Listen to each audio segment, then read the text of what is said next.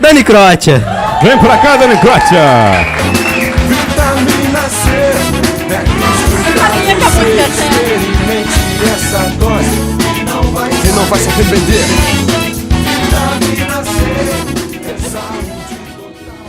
Essa música é um spoiler. É um teaser do que vamos falar um pouco para frente. Que medo que eu tô. Boa noite, gente.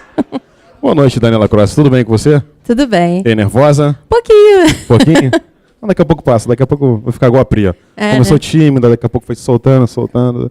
Depois tive que botar o microfone dela. Não sei se você percebeu. Tadinha. Eu tava falando demais. Então, como é que foi, Dani, pra você aceitar o convite desse programa para participar dessa entrevista? Como é que foi a negociação? Eu sei que teve uma palavra de um chefe, do seu empresário, dizendo que não queria show, queria, né? Pois é. Como é que foi essa negociação? O Vini me chamou. Eu já sabia que ia rolar, né? Mas não fazia ideia de quem seria entrevistado.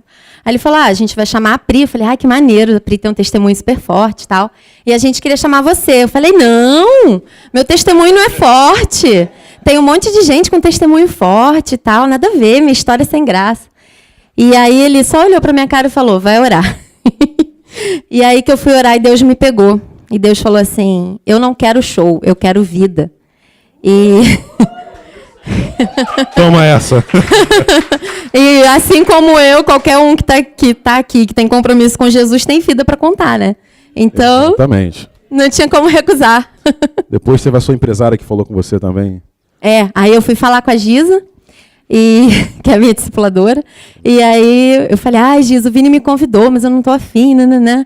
Aí ela falou, não menospreze o que Deus fez, valorize. Eu falei, tá bom, né? Depois de tudo isso, não dá para negar o convite, não dá. Né? Então, Dani, vamos lá.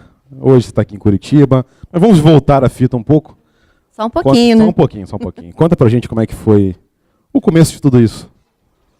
Bem, a minha história com Jesus começou quando eu entrei na faculdade. Eu entrei com 16 anos. Para quem não sabe, a primeira pessoa que eu conheci na faculdade foi a Paty, que está sentada aí. Vejam só. Minha amiga desde então. Vejam só de novo. Nós duas faltamos a primeira semana com medo do trote. Tivemos a mesma brilhante ideia. Até que deu certo, né? A gente não foi pega no trote. E aí a gente se encontrou, enfim. E, assim, a minha vida até então, a minha história é bem diferente da Pri. Um pouquinho só, um pouquinho. Só um pouquinho. Diferente. Porque eu era aquela menina certinha, estudiosa. Quando eu tirava 9, eu ficava com raiva, porque eu só queria tirar 10. Uhum. A menina que dava orgulho para a família, bailarina, aquela coisa toda que vocês sabem. Então, tinha uma vida que, para os padrões do mundo, era uma vida bem certinha, né? Mas eu acreditava em Deus. Eu nasci no catolicismo, né, como a maioria das pessoas. Uhum. Eu procurei em várias religiões. Eu frequentava a igreja católica e em outros lugares. Fui a várias videntes, eu queria saber o futuro. Fui a centros. Leram sua mão? Você ganhou um banho de pipoca? Essas coisas, não? Quase. Ah, tá. Quase isso. Eu tinha uma sede muito grande por algo que eu não sabia o que era. E eu achava que eu já tinha Deus, né? Então, eu entrei na faculdade. Faculdade, né? Na faculdade, aos 16 anos. Tem uma história de que foi um desviado que pregou para você. Exatamente. Isso? Como é que foi isso? Na faculdade, antes disso, eu tinha uma imagem muito ruim. Eu achava que crente era tudo burro, bitolado, enfim. E eu entrei na faculdade, e nós tínhamos um amigo na faculdade, que é o Sandro. Não o filhão, Sandro, pai de Ágata. O outro Sandro, pai de João e Julinha. E o Sandro era nosso colega de faculdade, e ele era cristão, só que ele estava desviado. Óbvio que na época eu não sabia. Não entendia muito bem o que era isso. Faça o que eu digo, mas não faça o que eu faço. Pois é, mas assim, para você ver como Deus usa tudo e todos. E todos. Pega essa. O Sandro, desviado, pregou para mim. Ele ganhou 3 pessoas naquela faculdade. A Paty, a mim e mais uma colega. E nós 3 hoje continuamos firmes, né, até hoje. Pediu música depois. E eu sei o quanto é difícil falar de Jesus na faculdade e tal. Muita gente se esconde atrás disso, mas acho que esse aí é um bom exemplo de que não podemos perder nenhuma oportunidade, né? Exatamente. Agora, e aí, como é que foi a caminhada do começo disso? Como é que foram os primeiros passos depois que você tomou essa decisão? Eu acho que eu tomei essa decisão com uns 17, 18 anos, por aí. E aí eu comecei a frequentar um lugar, uma denominação que era bem grande, devia ter uns 3 mil membros, assim. E comecei a andar, né, a frequentar a igreja, a ir à igreja. Tinha algumas experiências com Deus, ouvia Deus, aquela coisa bem de comecinho de caminhada.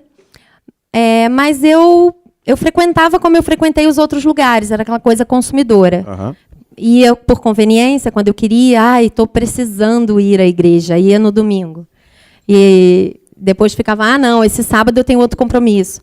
Mas não houve assim, uma transformação na minha vida. Aham. Porque eu continuava fazendo o que eu sempre fiz. Eu não abri mão de estar em alguns lugares, de ir para baladas, de ir para farras. Eu, na época... Eu estou acelerando? Não, tá na boa. Posso ir?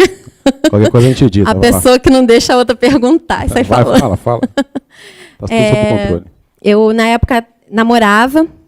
Eu namorei por quase 7 anos. E mesmo depois de convertida, ele também frequentava a igreja, né? Mesmo depois de convertida, eu tinha um namoro que não era santo. E eu continuei tendo a vida que eu tinha antes, assim. Então, eu tive uma experiência interessante que eu ouvi as pessoas falarem assim, não tem que ir mais para balada e tal, porque Deus não se agrada. Eu falava, ai, que ridículo, que caretice, nada a ver. Eu não bebo, eu não fumo, não vou ficar com ninguém. O que tem eu ir para balada? E eu continuava só indo. Uma musiquinha, tal. Vou só dançar, nada a ver. Gás, caretice, uma né? suquita e depois ir embora. Exatamente. E aí, eu fui algumas vezes, mas uma das experiências que eu tive com Deus foi dentro de uma balada, porque eu queria muito conhecer um lugar que tinha lá no Rio, que era bem famoso na época e tal. E eu fui, e eu ouvindo tudo isso, falando, nada a ver. E quando eu estava lá dentro, eu comecei a me sentir muito mal de estar lá. Não foi ninguém que falou comigo. Foi o próprio Deus, foi o Espírito Santo. Foi o ponto eletrônico do céu. Pois é. E eu me sentindo mal, não queria estar aqui, mas era o lugar que eu sempre quis ir. E aí o Espírito Santo falou comigo, esse aqui não é mais o teu lugar. E a partir dali nunca mais eu precisei voltar. Porque o que as pessoas buscam nesses lugares eu não precisava mais, né? Legal. Você que está querendo ir na UDS, cuidado, tá? Você pode pisar lá e ouvir o ponto eletrônico divino, tá? Então, acho que não é uma experiência muito legal. Eu não pagaria para ver se fosse você. Melhor não. Melhor não, né? Agora, conta uma coisa pra gente, o ponto eletrônico está me dizendo aqui que você, durante esse tempo, você teve uma experiência de cura sobre uma síndrome, um problema que você tinha. Mas conte-me mais sobre isso. Eu sofria de um problema chamado síndrome do pânico por quase 10 anos. E é um problema muito sério, para quem não sabe, é um transtorno, ele é causado às vezes por ansiedade ou por algum trauma. E eu tinha crises, por exemplo, uma situação como essa aqui, provavelmente eu teria uma crise, ia ter que sair correndo, sem vocês entenderem nada, porque o meu coração acelerava muito, eu ficava sem ar, a sensação é que eu ia infartar. Ainda bem que passou, né? Imagina sair graças correndo. a Deus. E isso me trazia muitos problemas, porque, imagina, na época já tinha uma agência, né, que a gente começou a agência de publicidade na faculdade. Com 18 anos a gente empreendeu, assim. E a gente, às vezes, estava em reuniões com clientes, a Paty foi testemunha disso por muito tempo, e eu tinha realmente que ir embora. Não era frescura, não era uma coisa que eu podia controlar, então me trazia muitos problemas. E na época, se hoje é conhecido, na época não era. Então, muita gente achou que era frescura, que era cansaço, que era qualquer coisa.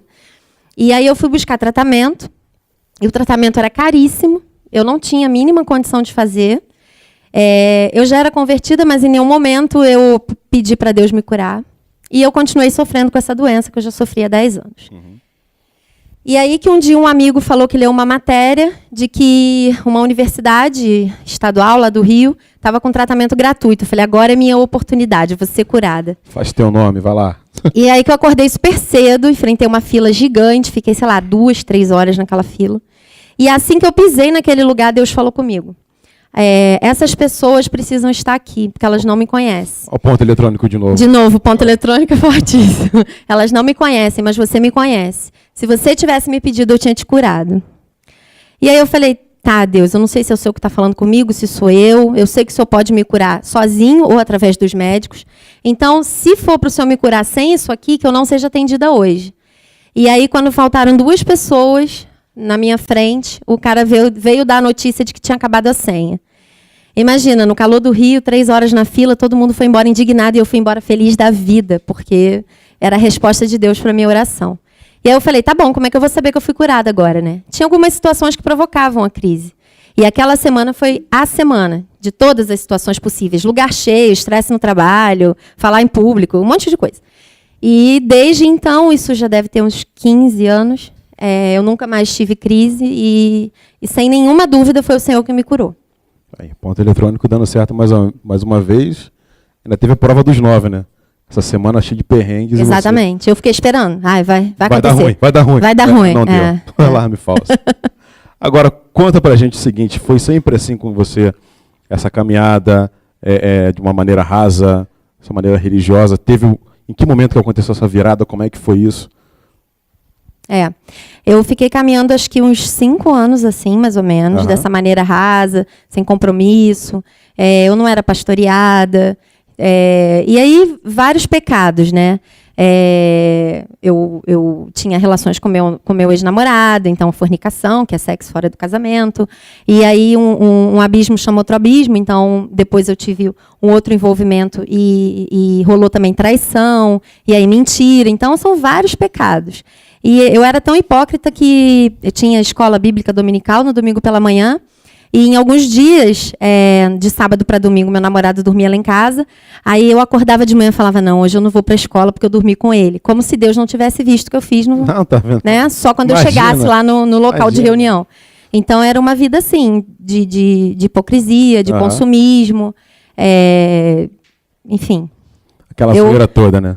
Eu tinha aceitado Jesus como meu Salvador, e só. E quando o Senhor, como Jesus começou a ser o teu Senhor, em que momento foi isso? Como é que foi essa virada de chave? Aconteceram algumas situações. Uma delas foi uma amiga muito querida que foi me apresentar para o namorado dela. E aí que ela achou que estava me fazendo um elogio. Ela virou para ele e falou assim, essa aqui é a Dani, minha amiga de infância e tal. Ela também é crente, mas nem parece. Ela achou que era um elogio, mas nessa hora foi um soco no estômago, assim, uma coisa. Eu já vinha ficando incomodada com a vida que eu levava. E aí que quando ela falou isso, eu olhei assim para ela e eu pensei, ela nunca mais vai falar isso de mim, porque eu vou parecer sim. Isso foi uma coisa, né? Mas não foi o que foi determinante. A outra que eu, através de um contato do trabalho, a gente conheceu o Franco. E o Franco deu uma palavra, assim, mal tinha nos conhecido, deu uma palavra muito forte sobre arrependimento e tal, sobre aquela vida toda que a gente levava. Ele foi dar uma palestra na nossa empresa e, né, já chegando. Chegou ripando. E através dele, ele nos apresentou um pastor lá do Rio, que é o Cidinho, e eu comecei a andar com os irmãos que se reúnem lá no Rio. Então, além dessa... Você sabe, né? Inclusive, este que está aqui. Fiquei sabendo. E aí que... algumas coisas foram me tocando. Uma foi ver o jeito como os irmãos andavam. Como família, a comunhão, o pastoreio, o cuidado. Aquilo me encantou, porque eu não tinha isso no outro lugar, né? E a outra que foi determinante foi o dia que eu sentei com ele, com a esposa dele, o Cidinho e a Solange. E ele mandou assim, ele ouviu toda a minha história. Foi a primeira vez que eu falei dos meus pecados para alguém, porque eu não tinha coragem. Quando eu falei, ele falou para mim assim, aquela passagem que fala que muitos dirão sem o Senhor, né? Mas que ele vai falar, apartai-vos de mim, não te conheço, apartai-vos de mim, vós que praticais iniquidade. Antes disso, na passagem diz, né? Mas eu, em teu nome, expulsei demônios, profetizei e tal, que era exatamente o que eu vivia. Tinha experiências com Deus, servi e tal. Mas o que ele estava querendo dizer para mim, que por causa do meu pecado e de tudo aquilo que eu estava vivendo, Jesus ia dizer que não me conhecia. E aquela verdade ali me libertou, porque eu falei, chega, como assim Jesus não me conhece? E foi aí que foi a grande virada da minha vida. Que aí eu entendi que eu tinha que ter Jesus como Senhor, como dono. Sim, a gente sabe que esse é um processo que não é tão fácil assim. A gente vê, legal, estamos andando em família... você se sente cuidado e tudo mais, mas aí chega aquela parte de andar na luz, confessar pecado, restaurar coisas, obras mortas, enfim. Como é que é isso? Como é que foi isso para você? Foi fácil? Foi uma coisa de outro mundo? Como é que foi esse processo? Foi, claro, eu tive que fazer, né? Até porque envolvia traição, eu tinha várias pessoas que eu precisava sentar, pedir perdão. Foi dificílimo, mas no momento, depois que eu ouvi essa palavra, eu falei, não, eu não quero que... Jesus tem que saber quem eu sou. Eu quero abandonar essa vida, chega. Eu vou pagar o preço que for necessário. Então, eu tive alguns momentos de restauração, não foi só um. Um deles foi o mais difícil. Eu lembro que no caminho para lá eu pensava assim, esse táxi podia bater. Louca, né? Podia porque ia bater, o que ia acontecer comigo? Eu ia morrer. Mas de tanto medo, tamanho medo que eu tava. E é óbvio, né, que quando a gente dá um passo desses, o Senhor sempre surpreende a gente. Em todas as situações não foi bom, foi muito melhor do que eu podia imaginar. Legal. Agora deixa eu consultar aqui a produção, que nessa caminhada com o pessoal, eu fui testemunhar alguns momentos seus lá, alguns momentos também engraçados. Muitos. E aí o Vini até falou, antes de chamar ela aqui, que ela também foi vitaminete. Só uma coisa antes, enquanto eles preparam lá, um material revelador que vamos soltar aqui. Ai, gente, que medo. Eu lembro do dia que eu conheci a Dani, foi na casa do próprio Cidinho, a Dani e a Paty. Elas estavam lá, vestidas executivas e tal. Falei, caramba, tal. Isso aqui é a Dani, isso aqui é a Paty, prazer, tudo bem e tal. E a Dani estava com o telefone na mão. Deixa eu soltar isso aqui. Vamos supor que isso aqui seja o telefone. E ela estava com o telefone na mão. Naquela época tinha aqueles toques polifônicos, telefone de flip, né? Você desdobra, atende, não sei o quê. E parecia que todo mundo queria mostrar que tinha um telefone com toque polifônico, que botava no último volume, né? Então a gente estava conversando numa boa, Dani com o telefone na mão. Daqui a pouco o telefone começa a tocar. Nisso que o telefone tocava e vibrava junto. Aí o telefone... Ai! Zuniu o telefone, cara. E o bicho, eu acho que era caro, né? E a Dani para um lado, o telefone para o outro. Eu falei, cara, acho que acontece, né? Depois eu descobri que a Dani tinha outros micos, né? Vamos dizer assim. Outras situações que nos provocava riso. Uma coleção. Tá na agulha aí, produção? A gente vai... O Vini falou da vitaminete. Ai, meu Deus. A gente vai revelar aqui e eu vou me queimar também, cara. Que droga. Solta na tela aí. Cadê os vitaminados de Deus? A Dani era uma dessas vitaminetes. A Dani tá aqui atrás. Olha lá. Só lá em Campo Grande, no Rio de Janeiro. Ó o gingado. E hoje vai nascer. Tá bom pra não aparecer, tá bom, tá ótimo. Essa pessoa magra era o Paulinho, gente. Tinha um cara magro cabeludo aí que era eu. Meu senhor. Ó. Que A gente vai negociar com o empresário dela se libera isso aí. Ainda bem que não apareceu minha parte. Né? Eu fiquei aliviada, porque na época que eu tava no mundão não tinha Facebook, né? Então, não tinha. Quando eu vi o que fizeram com a Pri, eu falei, comigo não vai rolar, porque não tinha como ter esse recurso. Mas eu esqueci da época de vitaminete. Acho que nem isso. Olha, eu separei um acervo de fotos, cara, mas eu tive misericórdia. Falei, poxa, obrigada. Porque eu tava nesse rolo também, apareço lá. Ah, entendi. Aí eu falei, melhor não. É alta misericórdia também. Boa. E como é que foi pra você... essa caminhada toda, inclusive esse episódio aí foi no Rio, e aí teve um momento que teve que fazer as malas, vir para Curitiba, né, trocar Ipanema pelo Parque Barigui. Como é que foi esse processo aí? Aí eu comecei a experimentar algo que eu nunca tinha experimentado, né? Como eu falei, antes eu ia à igreja, naquele momento eu comecei a ser a igreja, comecei a servir, a experimentar o que é a comunhão verdadeira. Então, foi um momento muito especial da minha vida, além de ter a minha família no Rio, amigos de infância, a igreja, enfim, super envolvida, estava em vários ministérios, trabalhando. E recebi o convite de vir para cá a trabalho, sendo que 2 anos antes eu tive uma experiência com Deus, onde Deus falou que me levaria para outro lugar. E eu não sabia quando nem como, quais seriam as condições. E quando veio esse convite, eu achei que esse momento podia ter chegado. E a gente orou, pediu conselho, tudo, e viu que era de Deus da gente vir para cá. E que está completando 9 anos hoje, inclusive. Olha só, aplausos. Muito bom.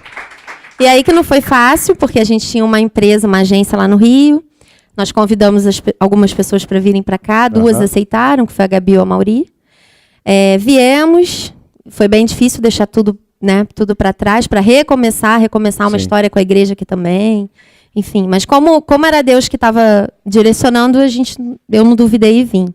E aí foi assim que aconteceu a minha mudança para Curitiba. E a adaptação, como é que foi passar o frio no Rio, né? Com 20 graus, o pessoal tá de casaco, luva, touca, e aí você vem para cá, 5, 0 grau. Mas como é que foi esse processo de adaptação, esse período? Foi bem difícil, por conta de todo esse momento que eu vivia lá. Até engrenar aqui, né, conhecer as pessoas. Então foi bem difícil. O frio, digamos, foi o de menos. O pior foi a saudade da família, dos amigos e da igreja. E aí um momento também de recomeçar, que aí a gente teve que começar uma agência nova aqui, que é onde veio o Paulinho, a Priscila, enfim. Exatamente. As histórias todas são interligadas. Exatamente, interligadas. Que a gente fez um pacotão com o empresário lá, liberou essa galera toda. Então ficou mais barato. Mas aí, adaptado à capital paranaense? Totalmente. E como é que tá o dia? Como é que tá a vida hoje? Com Deus, na igreja? Como é que estão os desafios? Como é que tá a situação toda? Essa zoeira toda aí.